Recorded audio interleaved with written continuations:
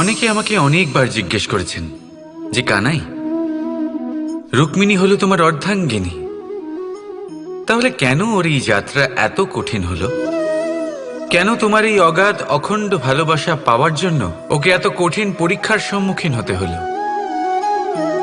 আসুন আমি আপনাকে একটা কথা বোঝাই। অগাধ অখণ্ড ভালোবাসার এই পথ তা তো কঠিনই হবে। এবার এরকমই এক যাত্রা করতে হয়েছে রুক্মিণীকে, পরিশুদ্ধ ভালোবাসা বুঝতে পারার যাত্রা। এমন ভালোবাসা যা কিনা ক্রোধ, ভয়, মোহ, অধিকার, অহংকার, হিংসা এই সমস্ত বিকারের ঊর্ধ্বে। এবার এই যাত্রায় ওকে সাহায্য করবে রাধা। আর শুধু তাই নয়, আমি আপনাকে বলি, সংসারের প্রত্যেক নারী এই যাত্রা করে থাকেন।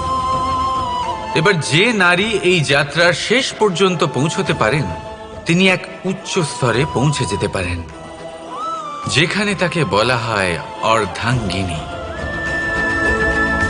রাধা রাধা।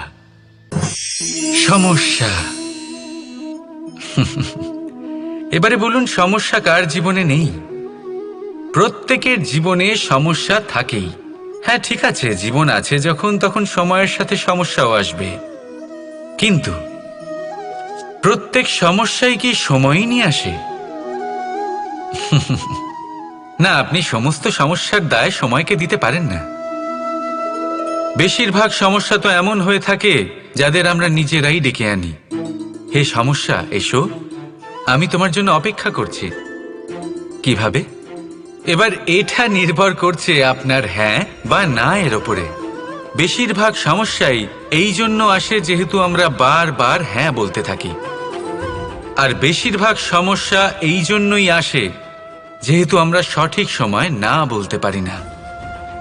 সেই জন্য না ভেবেচিন্তে কোনো কথা বা কোনো প্রস্তাবের সমর্থন করলে তা আপনাকে খুব বড় বিপদে ফেলে দিতে পারে। সেইখানেই কখনো না না বলতে পারা তা আপনাকে তার থেকেও বড় বিপদে ফেলে দিতে পারে। তাই মনে রাখবেন এই অত্যন্ত জরুরি শিক্ষা, সব সময় খুব ভেবে চিন্তেই হ্যাঁ বলবেন আর দৃঢ়তার সাথে না বলবেন। আর বিশ্বাস করুন, আপনার জীবন অত্যন্ত সুখময় হয়ে যাবে। তাহলে আসুন আমার সাথে ভালোবেসে বলুন, রাধা রাধা। সাফল্য। সাফল্য এই পৃথিবীতে কে না পেতে চান? প্রত্যেক মানুষ চান যেন সাফল্য নিজে এসে তার কাছে ধরা দেয়। এবার সাফল্য তাদের কাছে এসে ধরা দেয় যারা নিজের পা ধরাতলে রেখে চলেন, যারা স্বপ্নের জগতে বিচরণ না করে বাস্তবের মাটিতে পা রেখে চলেন এবং তাও দৃঢ়তার সাথে। সাফল্য তারা পান না যারা বাড়িতে বসে বসে শুধু স্বপ্ন দেখেন। সাফল্য নিজে থেকে তাদের কাছেই আসে যারা নিরন্তর চেষ্টা করেন, যারা পরিশ্রম করেন আর নিজের এই জীবনকে অন্যের কাছে সফল করে দেখান। তাহলে সিদ্ধান্ত হলো আপনার। সফল সবাই হতে চান, স্বপ্ন সবাই সার্থক করতে চান। স্বপ্ন তখনই সার্থক হয় যখন পরিশ্রম করবেন, আর সাফল্য তখনই আপনার সাথে থাকবে যতক্ষণ আপনি বিনম্র থাকবেন। তাহলে আসুন আমার সাথে ভালোবেসে বলুন, রাধা রাধা। বিবাহ। একজন নারীর জীবনে বিবাহের গুরুত্ব কতটা? আসুন আমরা কথা বলি রুক্মিণীকে নিয়ে। একজন নারী যিনি পবিত্র মানসিকতা নিয়ে কাউকে ভালোবেসেছেন, তাকে বিয়ে করতে চেয়েছেন। এবার বিয়ে মানে কাউকে পাওয়া, মানে কারোর হাত ধরে আগামী সমস্ত জীবন তার সাথে কাটিয়ে দেওয়া। এবার আমার হাত ধরে রুক্মিণী বিয়ের সুখ তো নিশ্চয়ই পেয়েছে, কিন্তু ওর এই প্রেমের যাত্রা এর অন্ত হলো না, বরং তা শুরু হলো। এবার রুক্মিণীর জীবনে সেই অধ্যায় শুরু হয়ে গেছে যেখানে ওকে সেই মানুষকে বুঝতে হবে যার হাত ধরে সমস্ত জীবন অতিবাহিত করার সিদ্ধান্ত নিয়েছে সে। এবার এরকম একটা সময় প্রত্যেকের জীবনে এসে থাকে প্রত্যেকের মানে আপনারও। আপনার জীবনেও এমন এক সময় আসবে, তার জন্য তৈরি থাকুন। নিজের মনে যা যা বিকার আছে তা কোথাও ত্যাগ করে আসুন, আর পরিশুদ্ধ ভালোবাসা দিয়ে, পবিত্র মন দিয়ে নিজের জীবন সাথীকে বোঝার চেষ্টা করুন, কোনো আশা না রেখে। যদি এরকম করতে পারেন তবেই কঠিন পরীক্ষায় উত্তীর্ণ হবেন, নয়তো নয়।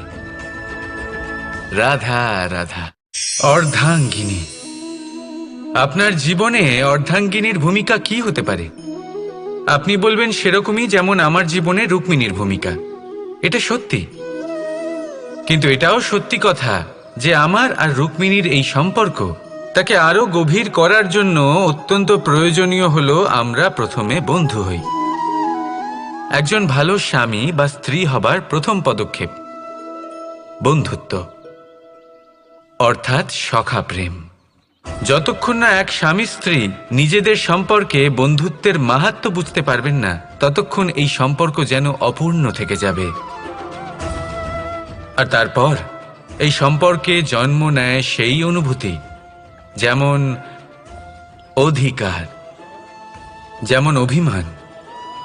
এই দুই ভাবনা যা এই সম্পর্ক ভাঙার প্রথম পদক্ষেপ হয়ে থাকে।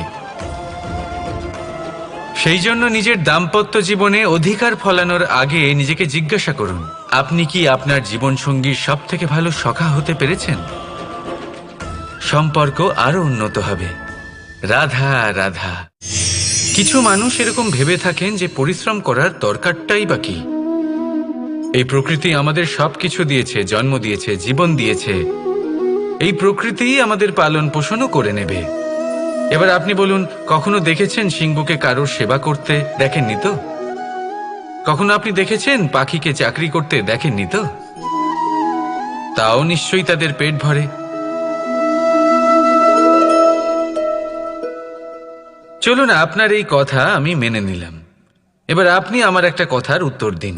আপনি কখনো দেখেছেন কোনো প্রাণী নিজে হেঁটে এসে সিংহের মুখে এসে বলছে যে আমাকে আপনি খেয়ে ফেলুন, আমাকে নিজের খাদ্য করে নিন, নিজের পেট ভরিয়ে ফেলুন? এরকম তো কখনোই হয় না। সিংহ নিজের খাবার বনেই পেয়ে যায়, কিন্তু শিকার তাকে নিজেকেই করতে হয়।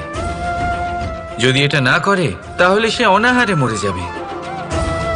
যদি কথা বলা হয় পাখির, তাহলে বলি প্রকৃতি ওকে খাবার নিশ্চয়ই দিয়েছে, কিন্তু সেই খাবার খুঁজে নিতে হয় তাকে নিজেকেই। নিজেকে বাঁচিয়ে রাখার জন্য বাসা বানাতে হয় তাকে, যার জন্য অত্যন্ত পরিশ্রম করতে হয়। এই পরিশ্রম থেকে বিমুখ হবেন না, কারণ এই পরিশ্রমই অনেক দূর পর্যন্ত আপনার ভাগ্য বানাতে পারে। জীবনের সামনে এগোনোর জন্য আপনাকে পরিশ্রম করতেই হবে। তাহলে আসুন আমার সাথে ভালোবেসে বলুন, রাধা রাধা। লক্ষ্যে পৌঁছানো অত্যন্ত কঠিন হয়। কেউ ভাবেন যে কেন এত কঠিন হয়, কেন এত কষ্ট করতে হয় লক্ষ্যে পৌঁছানোর জন্য? এই লক্ষ্য সরলভাবে কেন আমার কাছে চলে আসে না? চলুন আপনাকে একটা কথা বলি, যদি আপনার লক্ষ্য কঠিন না হয় তাহলে তাকে পাওয়া আপনার পক্ষে অসম্ভব হয়ে উঠবে।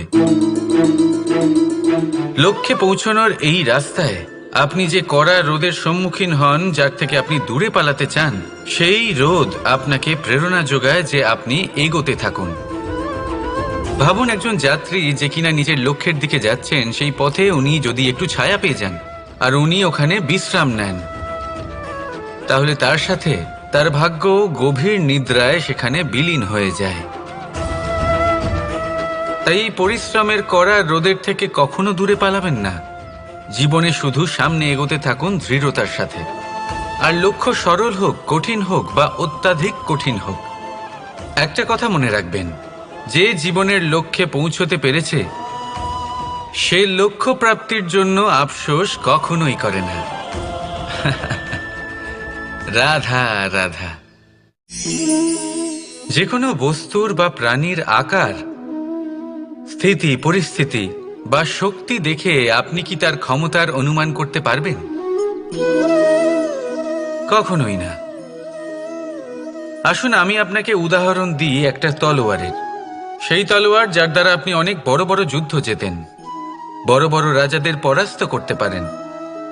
এবার আপনি যদি এই তলোয়ার কাউকে দেখিয়ে তার থেকে তার বস্ত্র ছিনিয়ে নেন, তাহলে দেখবেন যখন সেই বস্ত্র ছিঁড়ে যায় তখন একটা ছোট্ট সূচি চমৎকার করতে পারে।